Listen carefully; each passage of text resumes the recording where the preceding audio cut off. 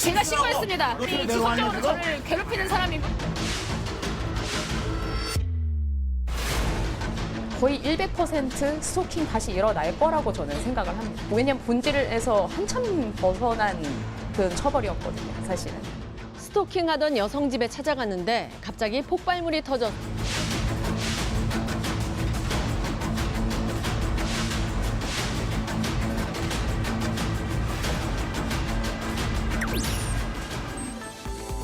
네, 여의도 사사건건 오늘은 스토킹 범죄 처벌법 들여다봅니다. 법안 발의하신 정춘숙 민주당 의원 그리고 이 법안 마련을 오랜 기간 주장해 오신 이수정 경기대 범죄심리학과 교수 나오셨습니다. 자, 두 분 안녕하십니까? 네, 안녕하십니까. 네, 안녕하세요.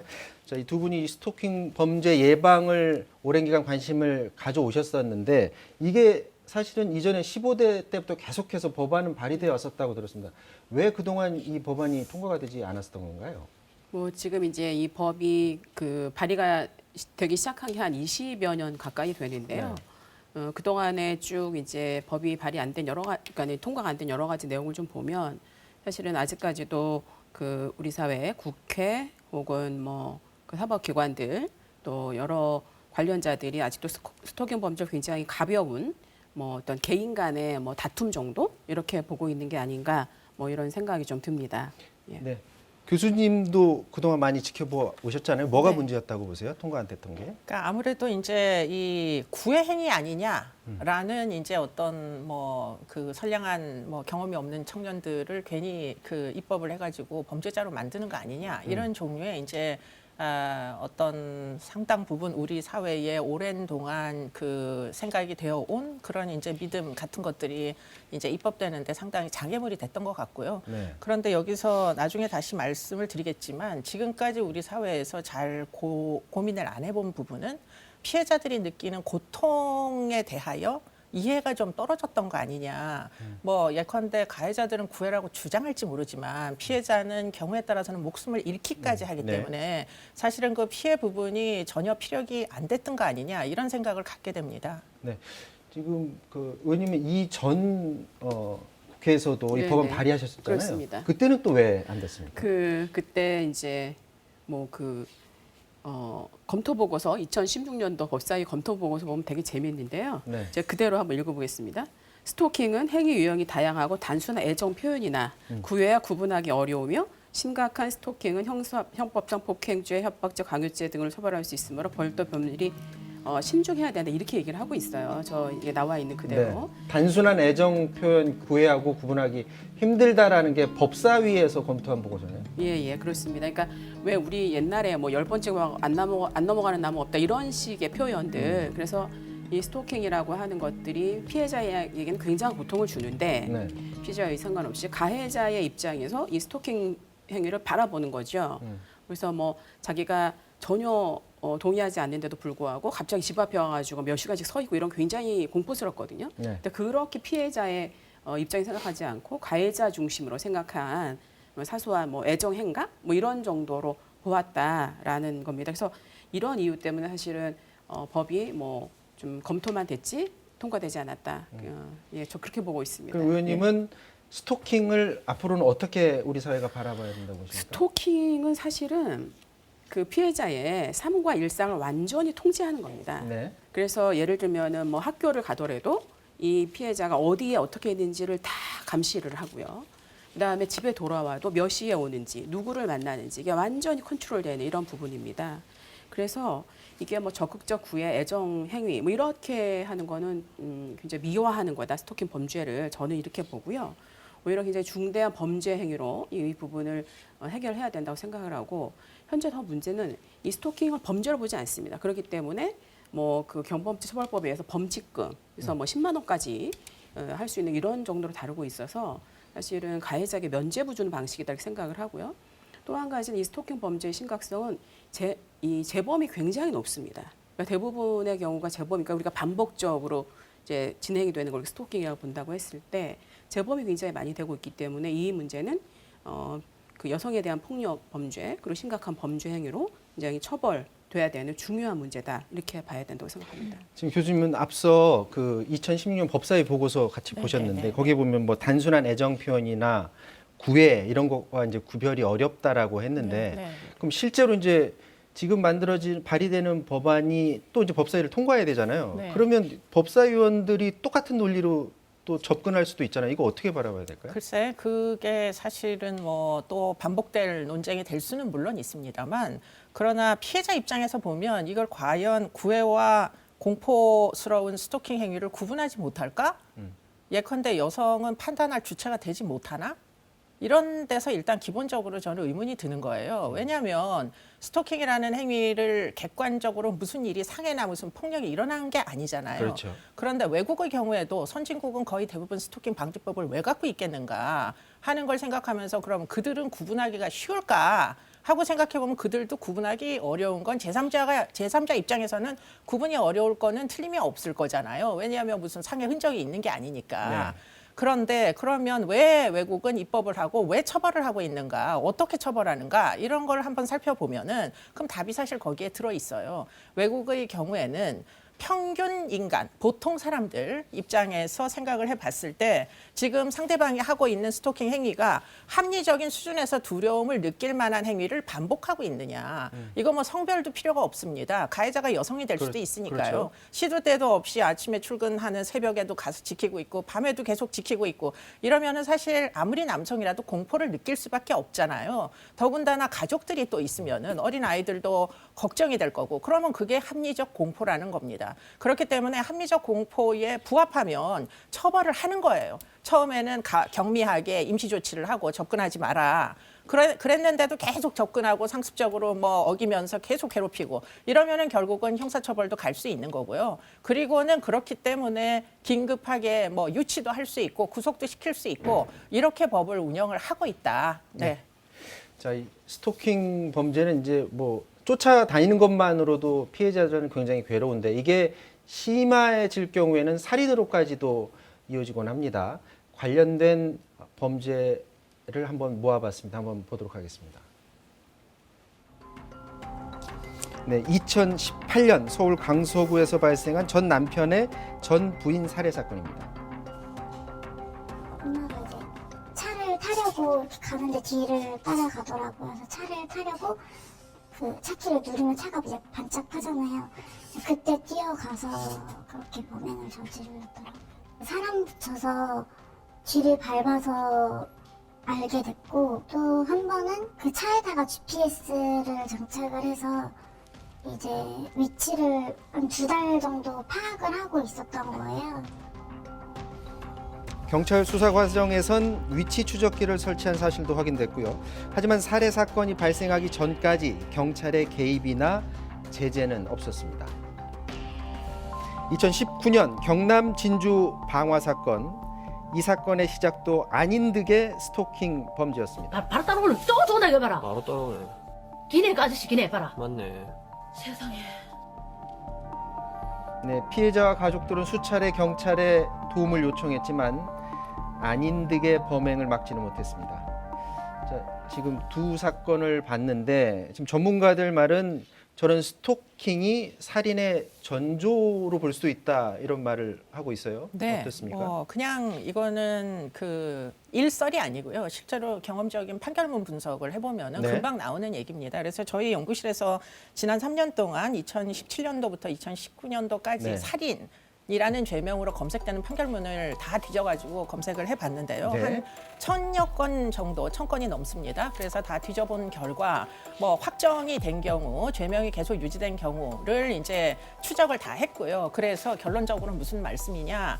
일단은 파트너를 살해하는 경우가 지금 366건이었는데 거기서 스토킹이 있었던 경우가 134건. 그러니까 전체로 보면 1000여 건 중에 한 100여 건은 사전에 미리 경찰이 개입을 했었으면 이 사람들이 죽지 않을 수도 있었지 않겠느냐. 이런 이야기가 나오는 겁니다. 네. 네. 근데 이제 저거는 이제 조사된 것만 그렇다는 거고 사실 그러니까 그렇게 해서 살인이나 살인 미수나 이런 건 10건 중에 한 건이 스토킹과 관련이 됐었다라면 더 많은 그런 스토킹도 사실은 있었을 그렇죠. 거로 추정이 되네요. 웬만한 걸 판결문에다가 적겠습니까? 네. 양형 인자로 고려할 만한 사항들만 적는데 스토킹의 정도가 심각하기 때문에 네. 안인득 사건 경우에는 그 따라다닌 기간에 대해서 기술을 하지 않겠습니까? 그러니까 심각한 사건들입니다. 네. 이 100건은 거의 스토킹이 하루 이틀이 아니라 뭐 장기적으로는 막 몇 년씩 걸리는 결국 죽음에 이른 이런 사건들을 판결문에다가 이제 스토킹 기간에 대해서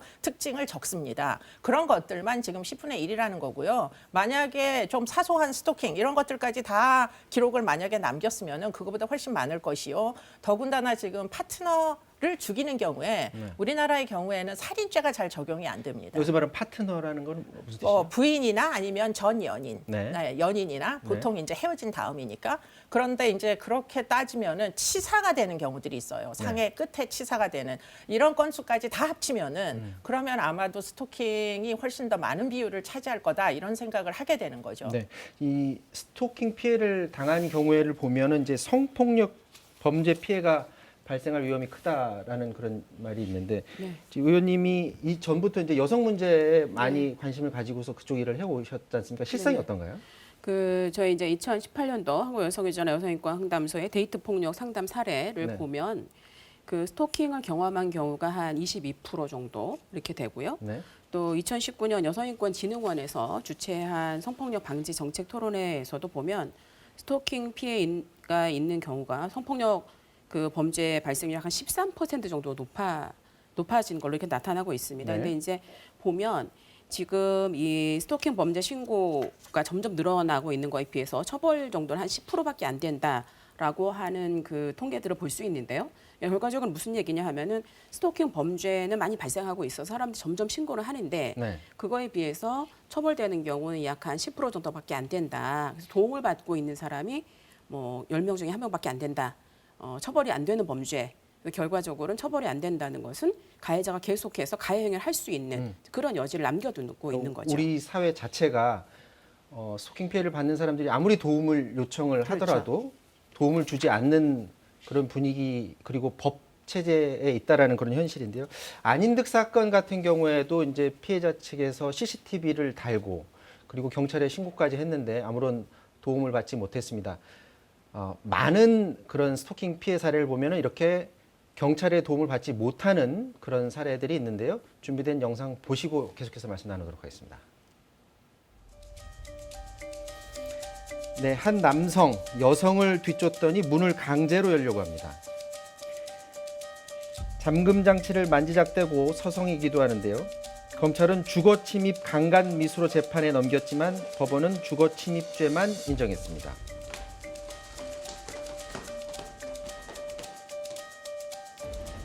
또 다른 사례도 볼까요? 이 프로 바둑 기사 조혜연 씨 1년 동안의 지속적인 스토킹으로 고통을 받았습니다. 조용아, 너 너무 막막한다. 아주 재밌다. 수차례 경찰에 신고했지만 재판 전까지 남성이 받은 처분은 범칙금 5만 원이 전부였습니다. 정신적인 불안이나 이제 스트레스나 이런 거는 이제 도저히 이제 그 어떻게 보상이 안 되는 정도이고요. 출소한 이후 정말 무서울 것 같습니다. 또 나타날 거거든요. 이번에는 보복을 할 가능성이 높고. 자, 이제 스토킹으로 이제 큰 범죄로 이어지면 안 되는 거죠. 근데 스토킹으로 신고를 해봤자 지금 방금 전에 사례에서 말씀드렸던 것처럼 뭐 범칙금 5만 원, 그러니까 범칙금 10만 원 이내로 처벌하는 게 이게 경범죄로만 처벌을 하다 보니까 그렇죠. 이런 문제 발생하는 거잖아요. 그러니까 이게 아까 이제 조혜연 기사님 나오셨는데 저희가 이제 올해 7월 달에 그 죽어야 끝나는 스토킹 범죄 미리 막을 수 없나 이런 토론을 했습니다. 네. 이수정 교수님도 오셨고.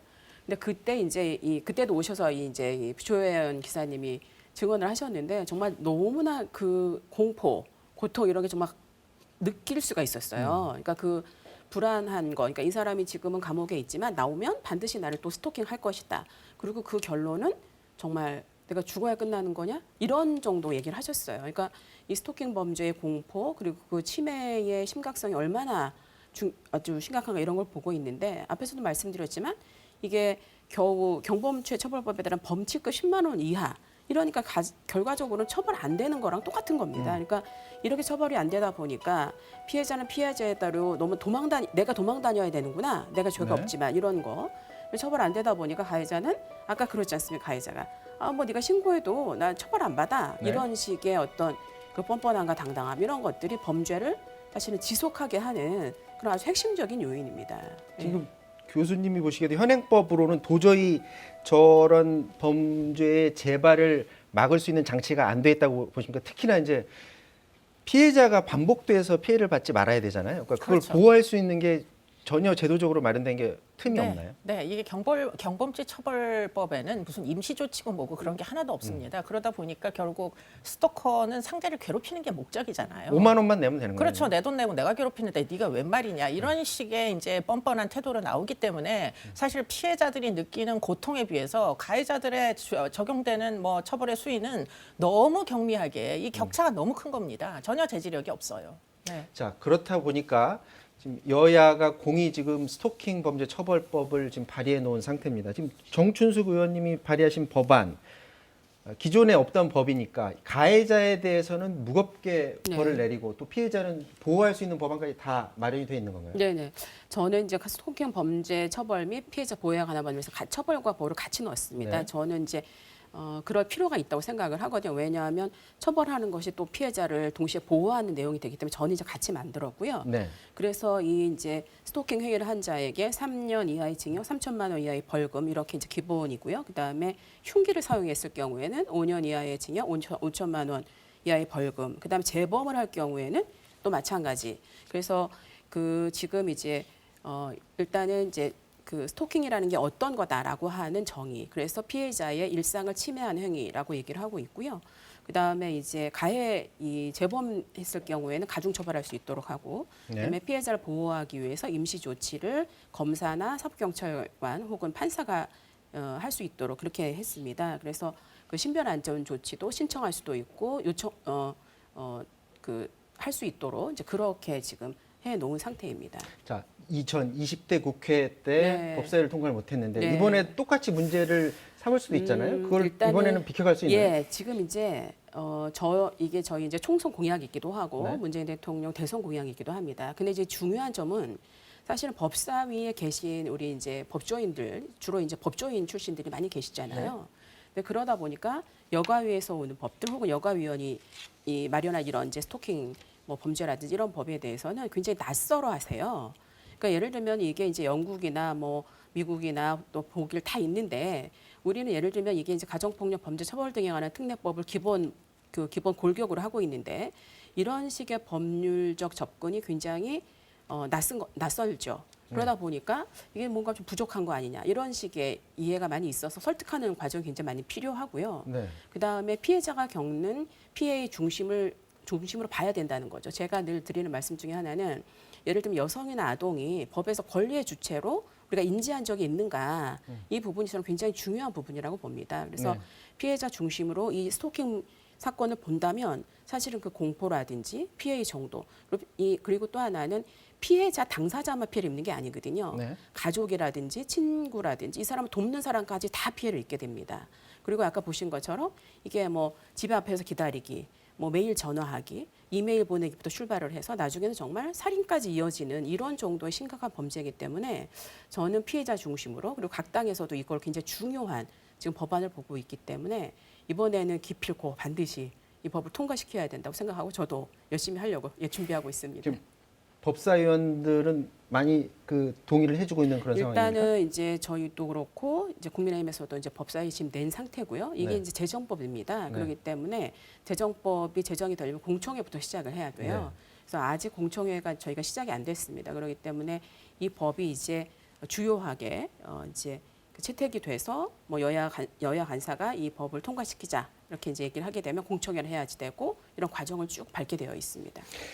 자, 21대 국회는 시작부터 이 여성 관련 범죄들 이런 부분에 대해서 많은 관심을 가지고 정책 토론회를 하곤 했는데요. 그간에 있었던 토론회 잠깐 모아서 보고 말씀 나누도록 하겠습니다. 네, 지난 7월에 열린 정책 토론회입니다. 저희 사실은 보수 정당에서 젠더 이야기한다 그러니까 그 토론자하고 이 발표자들 섭외하기가 상당히 어려웠습니다. 김웅 의원의 말처럼 그간 보수 정당이 외면한 젠더 의제가 정책으로 올라왔고요. 이날 주호영 원내대표는 당 중점 법안 채택을 오늘 결론을 잘 정리해 주시면 저희들이 우리 당의 중점 법안으로 해서 조속한 시기에 입법이 되도록 하겠습니다. 나흘 뒤엔 민주당 의원들이 토론회를 열고 스토킹 범죄 처벌법 필요성을 강조했습니다. 이제는 정말 이 법이 21세기 국회에서 반드시 제정돼야 되겠다라고 하는 절박한 심정으로 스토킹 범죄 처벌 특례법은 더 이상 미룰 수 없는 당면한 과제가 되었다고 생각합니다.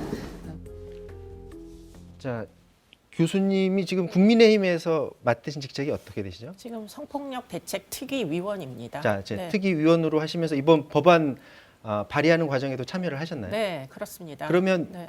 이번에 만들어진 법안하고 민주당에서 만든 법안, 정충도 의원이 네. 발의한 법안하고 네. 어떤 차이점 같은 게 좀 있나요? 제가 볼 땐 거의 비슷한 조항들은 다 공통 분모가 있다. 그리고는 제가 이제 이 법이 꼭 입법이 돼야 되겠다라는 생각 때문에 사실은 여야가 모두 함께 법안이 법사위로 올라가면 그럼 한쪽에서만 올라가는 것보다 훨씬 이번에는 입법될 가능성이 높지 않겠느냐. 저는 개인적으로 그렇게 생각을 했습니다. 네. 그래서 어쨌든 1호 법안으로 일단 발의가 되도록 그렇게 했던 거고요.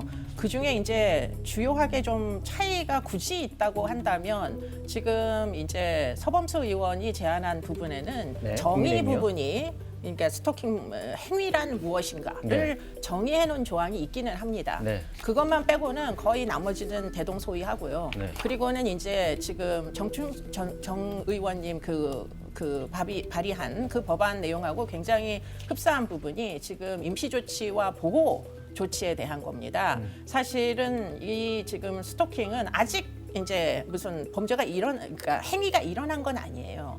스토킹은 일종의 예비적 행위입니다. 네. 뭐 이것도 역시 행위일 수는 있는 거죠. 피해자가 고통을 느끼기 때문에. 그런데 그러다 보니까 사실은 더 큰 일이 벌어지기 전에 막는 조치를 세세하게 잘 만들어야 됩니다. 임시조치도 있어야 되지만 뭐 보호명령 등을. 근데 만약에 보호명령이나 임시조치를 위반하면 그다음에 어떻게 할 거냐. 이 사람들은 당연히 위반합니다. 그렇기 때문에 위반하면 그다음에는 처벌 수위가 조금씩 높아져서 결국은 형사처벌까지 이를 수 있도록 그렇게 만드는 게 무지하게 중요하고요. 네. 그러다 보니까 이것을 이제 어떻게 보면은 이제 형사 절차를 따라가야 될지 아니면은 가정법원으로 넘어가서 가정법원에서 일종의 가정폭력 처벌법처럼 임시조치 위주로 처리를 하다가 예컨대 상습 위반자의 경우에는 이제 형사처분을 할 수 있도록 이렇게 만들어야 될지 그게 이제 충분히 고민이 돼야 될 부분이고요. 나중에 공청회 하실 때 이 부분은 꼭 이제 다뤄야 될 주제이고요. 네. 전담재판부라고 이제 그 이야기를 할 때 그럼 전담재판부의 의미가 뭐냐? 외국의 경우에는 지금 이렇게 여성에 대한 폭력을 재판하는 법원이 우리나라처럼 보호 조치만 내리는 법원 따로 있고 형사 조치를 내리는 법원 따로 있고 이렇게 분리돼 있지 않습니다. 전담 법원이라는 의미는 전부 다 합쳐져 있어요. 그렇기 때문에 예를 들자면 가정법원에서 임시조치를 4번, 5번 내렸는데도 계속 그걸 어기고서는 가가지고 죽이겠다고 아닌 듯처럼 계속 위협을 하는 경우에는 네. 구속을 시킬 수가 있어야 되는데 문제는 구속을 시키는 이제 그래서 형사처분으로 넘어가려면 문제는 형사법원으로 넘겨야 되는 거예요. 이송시키는데 시간이 3개월 이상 걸리고 사건은 대부분 그 3개월 사이에 일어난단 말이죠. 네. 그러다 보니까 전담 법원에는 형사처벌을 내릴 수 있는 형사부가 있어야 한다. 그게 이제 핵심입니다. 네. 자, 민주당 지금 뭐 국민의힘에서도 강력한 의지를 가지고 이번 국회 안에서 처리를 하겠다는 의지를 밝혔는데 민주당 한정혜 정책위의장이 최근 원내대책회의에서 이번 정기국회 안에 반드시 처리하겠다라는 의지를 밝혔는데요. 한번 들어보고 말씀 나누도록 하겠습니다. 반가운 것은 국민의힘 성폭력대책특별위원회가 1호 법안으로 스토킹 범죄 처벌법을 최근 발의했습니다. 자그마치 70명의 의원님들이 참여하셨습니다. 사실상 당론으로 국민의힘 의원들이 온 힘을 기울이고 있다고 합니다. 정말 기대됩니다. 이번 정기국회에서는 반드시 통과되리라고 기대해 봅니다. 자, 지금 국민의힘 서병수 의원이 발의한 법안은 9월에 발의가 됐으니까 좀 시기가 촉박하더라 치더라도 정충숙 의원이 발의한 게 그런데 지금 말한 것과 다르게 이번 12월 안에 통과될 가능성이 없다면서요? 이번에 12월 안에 되지는 않을 걸로 봅니다. 왜냐하면 아까 말씀드린 것처럼 저희가 이게 재정법이거든요. 그리고 이제 국민의힘에서도 내셨고 저희도 냈기 때문에 보통 이런 경우에 이제 같이 처리하게 됩니다. 그러기 위해서는 이제 공청회가 열려야 되는데요. 아직 이제 열리지 않았기 때문에 이번 국회에서는 이제 그러니까 이번 정기 국회에서 어렵고 그다음에 그래도 이제 그렇지만은 이제 뭐 내년에 할 수도 있고 이제 그렇죠. 근데 그러기 위해서는 사실은 우리가 굉장히 관심을 갖고 처리할 수 있도록 이렇게 이끌어내는 과정이 굉장히 필요하다고 생각합니다.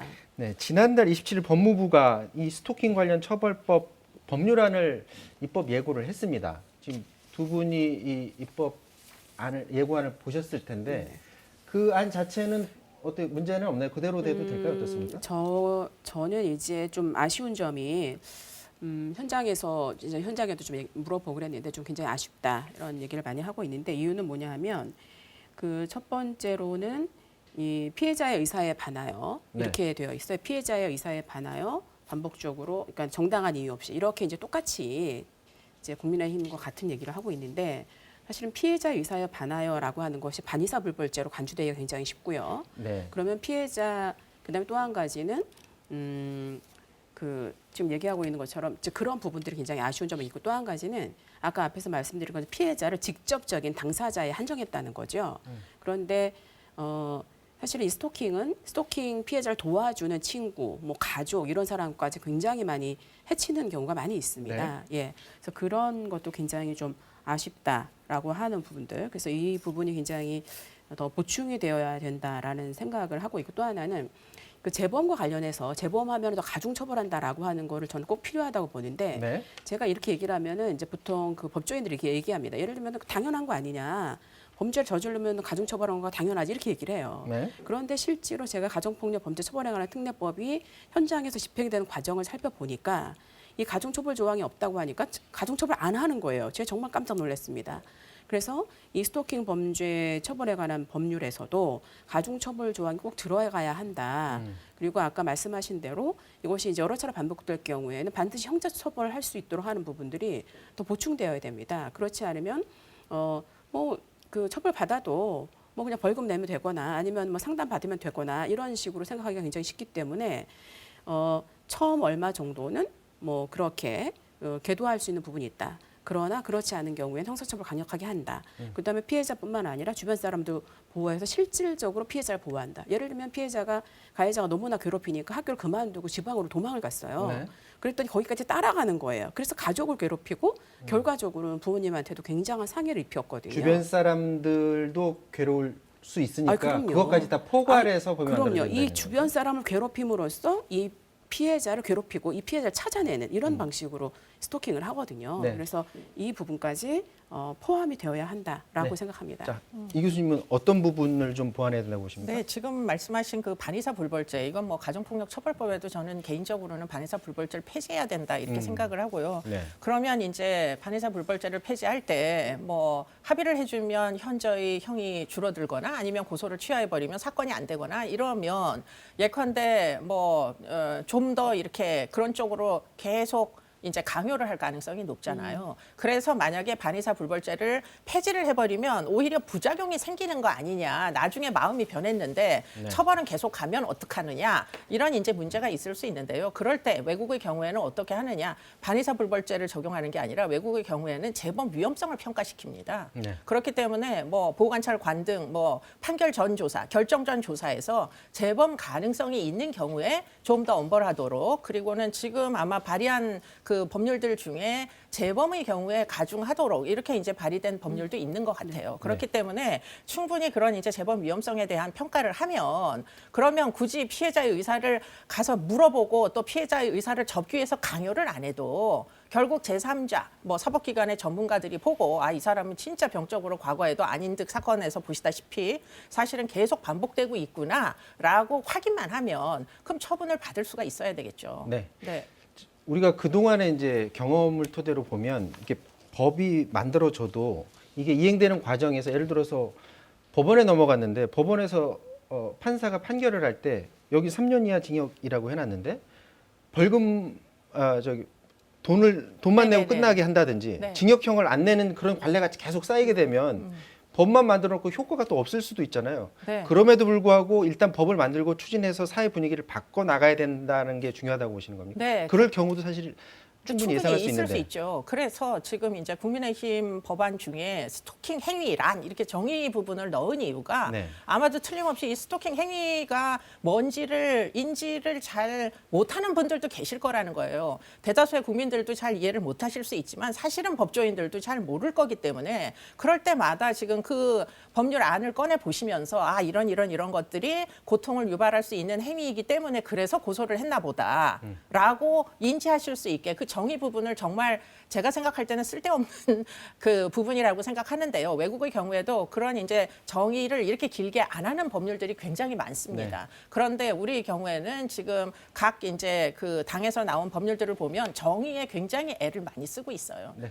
자, 시간이 돼서 마지막으로 법사위원분들한테 당부의 좀 한마디 반드시 통과돼야 된다고 하니까요. 이 법은 지금 국민의힘에서도 굉장히 중요하게 생각하는 법이고 네. 저희도 마찬가지입니다. 더불어민주당도. 그리고 무엇보다도 지금까지도 계속 고통받고 있는 이 스토킹 범죄 피해자들의 입장에서 그리고 우리 사회 보다 큰 범죄를 예방한다는 측면에서 보다 적극적으로 이 법 제정에 애써주시기를 바라고 저도 열심히 하도록 하겠습니다. 네, 지금까지 스토킹 처벌법 관련해서 두 분 모시고 말씀 나눴습니다. 정춘숙 의원, 이수정 교수와 말씀 나눴습니다. 두 분 말씀 고맙습니다. 네, 감사합니다.